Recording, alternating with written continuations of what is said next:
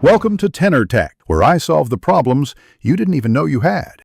You begin by hunting for real pain. That's the difference between a hobby and a startup. Talk to 10 people in 7 days and probe specifics, when, how often, and how much it costs them.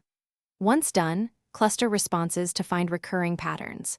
Make sure to compare what they currently use versus what they tolerate, because a real opportunity lies in an unmet trade-off. Start sketching 1-2 one-sentence problem statements from those clusters. They guide your next experiments. Now validate rapidly.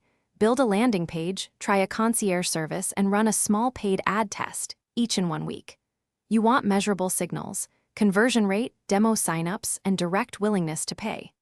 Once you gather data, triangulate numbers with interview feedback to check alignment.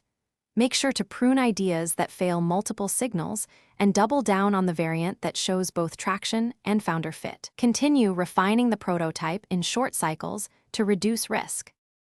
At this stage, you narrow to the one segment that gives you noticeably higher engagement, ideally 2x or more. Translate that into a 3-month roadmap. Ship an MVP, codify a repeatable sales or acquisition playbook, and plan the first hires.